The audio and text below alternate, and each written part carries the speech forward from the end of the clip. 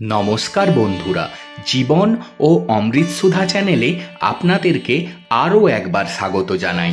আজকের ভিডিওতে আপনাদের জন্য রয়েছে এক রহস্যময় এবং অলৌকিক কাহিনী। আজ আমরা জানব কলকাতার বুকে অবস্থিত মা শ্যামসুন্দরী মন্দিরের ইতিহাস, যাকে জীবন্ত কালী বলে মানেন তার ভক্তরা।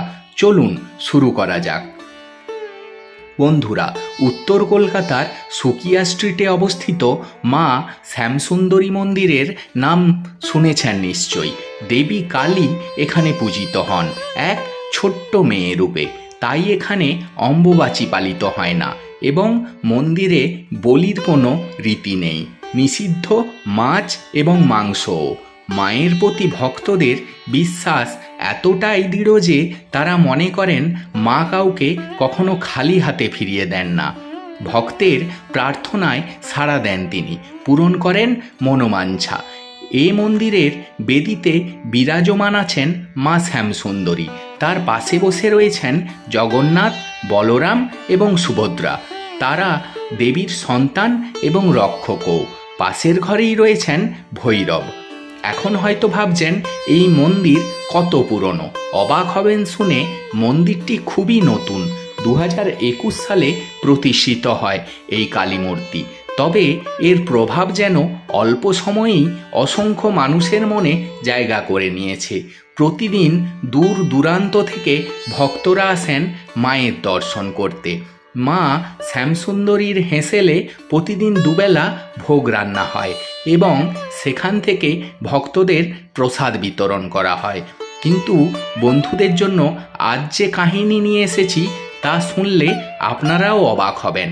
চলুন শোনা যাক সেই অলৌকিক কাহিনী। একবার দেবীর পুজোর জন্য পুরোহিত বাজার করতে গিয়েছিলেন। সেই সময় তিনি লক্ষ্য করেছিলেন যে এক 5 বছরের বালিকা গায়ে কালো রং, চোখে লাল রং মেখে দেবী কালীর মতো সেজে সবার কাছে ভিক্ষা চাইছে। দেবী শ্যামসুন্দরী পুরোহিতের কাছেও সেই বালিকা ভিক্ষে চেয়েছিল। বলেছিল যে একটা টাকা দিতে, কারণ সে 2 দিন ধরে কিছু খায়নি। কিন্তু পুরোহিতের এসব মোটেই পছন্দ হয়নি। তিনি ওই বালিকাকে ধাক্কা দিয়ে সরিয়ে দেন এবং বলেন, যা কাজ করে খা। বালিকাটি জবাব দেয়, কাজ না পেয়ে তাই তো ভিক্ষা চাইছি। এরপর সেই ছোট্ট মেয়েটি চলে যায়। পুরোহিত বাজার করে মন্দিরে ফিরে আসেন এবং দেবীর পুজোতে মনোনিবেশ করেন। প্রচুর ভক্তের সমাগম হয়েছিল অমাবস্যার সে রাতে। নিয়ম মেনে অন্ধকারেই চলেছিল দেবীর আরাধনা। পুজো চলাকালীন পুরোহিত হঠাৎ লক্ষ্য করেন যে শুধু মহাদেবী শায়িত রয়েছেন, কিন্তু তার ওপর কালী নেই।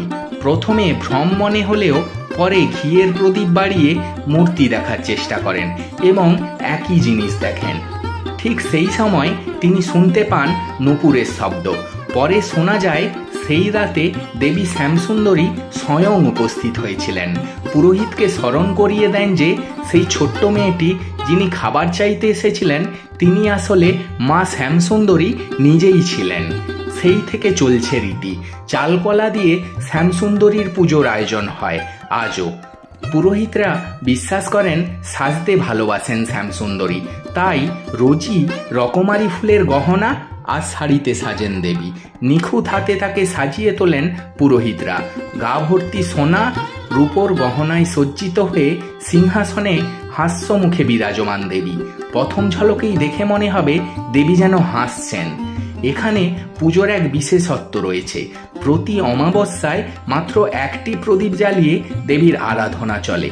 ভক্তদের কাছে বহু প্রতীক্ষিত সেই মুহূর্ত। অমাবস্যার অন্ধকারে দেবীর দর্শনে দূর থেকে ছুটে আসেন কত মানুষ। অনেকেই বলেন শ্যামসুন্দরী মা উপস্থিত অনুভব করেছেন তারা। কেউ আবার বলেন নিজেদের বাড়িতেও নাকি মায়ের উপস্থিতি টের পেয়েছেন তারা। সেবায়েতরাও বলেন তারা মন্দিরে নিঃশ্বাসের শব্দ শুনেছেন। সব মিলিয়ে কলকাতার বুকে দেবী শ্যামসুন্দরীর উপস্থিতি যেন দিন দিন আরও প্রকট হচ্ছে। ভক্তের বিশ্বাস দেবী সাড়া দেবেন ঠিক। শত কাজের মাঝেও তাই একবার দেবীর জন্য ছুটে আসেন বহু মানুষ। বন্ধুরা, এমনই রহস্যময় এবং অলৌকিক কাহিনী ঘিরে আছে মা শ্যামসুন্দরীর মন্দির। যদি আপনি কখনো এই মন্দিরে যান তবে দেবীর সামনে নিজের মনোবাঞ্ছা নিবেদন করতে ভুলবেন না, হয়তো মা আপনার প্রার্থনাও পূরণ করবেন। বন্ধুরা, এই ভিডিও ডেসক্রিপশানে আমরা শ্যামসুন্দরী মায়ের মন্দিরের ঠিকানা অবশ্যই দিয়ে দেব, এবং ভিডিওটি যদি আপনাদের ভালো লেগে থাকে তবে অবশ্যই লাইক করবেন এবং শেয়ার করবেন। আর হ্যাঁ, চ্যানেলটি সাবস্ক্রাইব করতে ভুলবেন না কিন্তু। নতুন নতুন রহস্যময় এবং ধার্মিক কাহিনী নিয়ে আমরা শীঘ্রই ফিরে আসব। ধন্যবাদ।